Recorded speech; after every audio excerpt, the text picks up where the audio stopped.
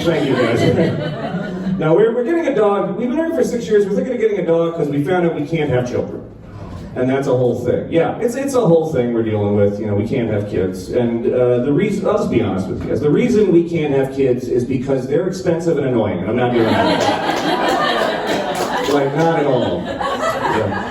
I might be too old to have a kid. That's the thing. Is 34 too old to have a kid? What do you guys think? No. No? No? Okay, I'm 40. Yeah, lost. By the way, I can see all you guys from where I'm standing, so I'm aware that when I said 34, a bunch of you were like, he looks terrible. I saw that.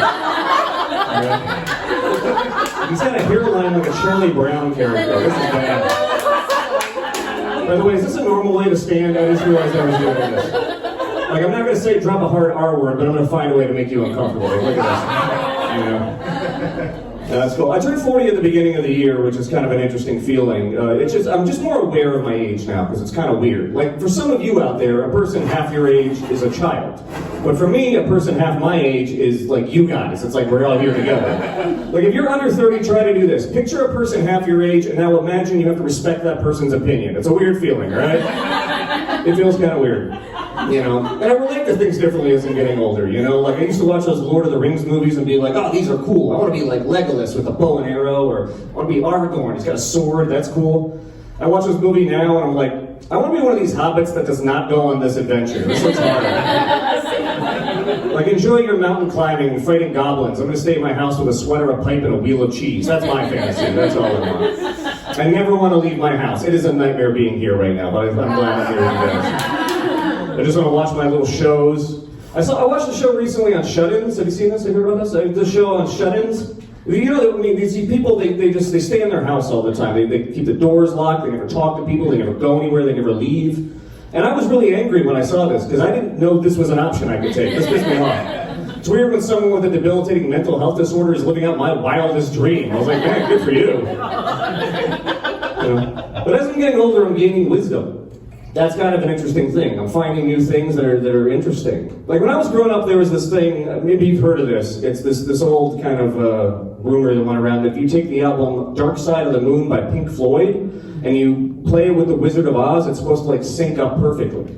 That's one. I learned a new one recently too. It's if you take the album Pet Sounds by the Beach Boys and you play it backwards, it sounds like shit. So, that's some wisdom I'm giving to you guys. Enjoy that. You know? I saw they're making a new Superman movie. I think that's really cool. They got to cast a new Superman. You know, I think it's time to get a black Superman. I think we need that. I think we need that representation. I also think it'd be good for his secret identity. Seriously, like, imagine it like it's a scene in the movie and there's a guy like me that goes, have you guys noticed that Superman and Clark Kent look very similar? And then someone else goes, dude, you are racist. But forget it, got it. I won't mention it again. Don't worry about it. I can make that joke. Some of my best friends are Superman. Yeah. I quit drinking 6 months ago. Yeah, thank you. I started again 3 days later. It did not take. But, you know, I kind of slowed down because I used to live in Chicago before I moved here. And if you haven't been in, Chicago's a drinking town. Like, I know people in LA are like, you know, we party. It's like, yeah, you party. In Chicago, they drink. That is the difference, all right? Everyone in Chicago is a high-functioning alcoholic. Everyone in LA is high and kind of not really doing much of anything, you know?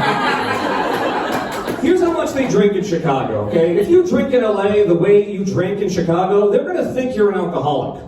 But if you drink in Chicago the way you drink here in LA, they'll think you're a recovering alcoholic. Last time I was there, a friend of mine really was serious. He's like, you've only had 2 beers, did you quit drinking? I was like, thanks for looking out for me, buddy, I appreciate that. My best friend was just visiting from New York City. I like New York, I think it's a really cool place. You know, I like the things they say about New York, like it's the city that never sleeps, or it's the Big Apple, I think those are cool. The one I don't get though is when people say like, you know, New York City, if you can make it here, you can make it anywhere. It's like, if you made it in New York, why don't you go anywhere else? Where else is there to go?